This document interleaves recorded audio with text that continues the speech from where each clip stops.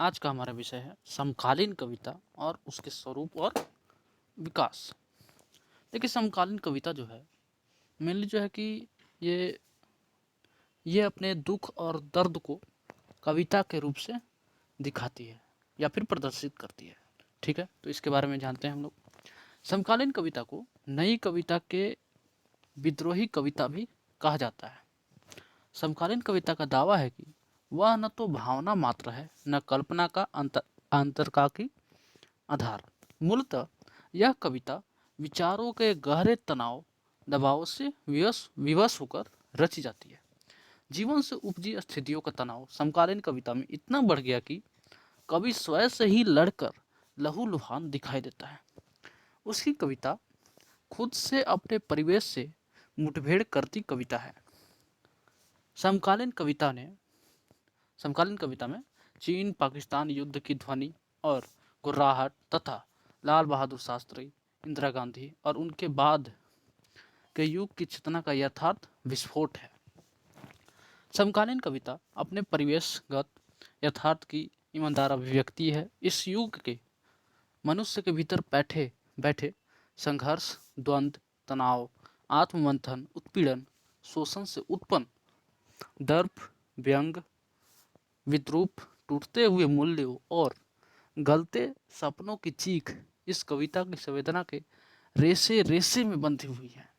एक प्रकार से आज के मामूली मनुष्य का हाड़ फोड़कर निकला हुआ दर्द की रचनात्मकता में ढलकर समकालीन कविता के स्वरूप को निर्मित करता है। सोच सकते हैं आप। यह कविता निराशा, अनास्था, गलते गलते मूल्यों की कविता अवश्य है, ठीक है, पर यह मूल्यों के स्तर पर अनास्थावाद की महत्व प्रतिष्ठा नहीं करती। अपनी दिशा और दृष्टि में यह नई पीढ़ी के अनास्थावादी मूल्यों के प्रति प्रतिबद्ध कविता है। समकालीन कविता का अर्थ है सन 1960 के बाद की कविता। कवि को यह मालूम है कि कष्ट और शोषण का वास्तविक रूप क्या है और उनका कारण क्या है। वह उन्हें जीवानुभवों से पहचान कर लिखता है। वह कल्पित और अद्वितीय के लिए संघर्ष न कर साधारण जन के लिए संघर्ष करता है। इसलिए इसे वर्तमान से सीधे साक्षात्कार की कविता भी कहा जाता है। अब हम इसके विकास के बारे में जानते हैं। 80 के दशक के बाद हिंदी की समकालीन कविता में व्यापक परिवर्तन आया। नक्सलवाड़ी और आपातकाल के दिनों में हिंदी कविता में जो लाउंडनेस आई थी, धीरे धीरे वह कम होती गई। इनमें राजोश जोशी, अरुण कमल, उदय प्रकाश आदि कवि सम्मिलित थे। 80 के बाद से ही स्त्री विमर्श की सघन उपस्थिति के कारण हिंदी कविता में जेंडर की समझ का स्वरूप बदल गया। स्त्री कवियों के साथ पुरुष कवियों ने भी स्त्री जीवन की अच्छी कविताएं लिखी।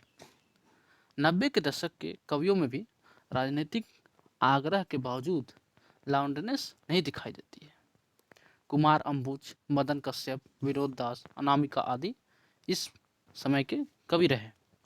21वीं सदी में भी हिंदी कविता पूरी तेजस्वी के साथ आगे अब रही है।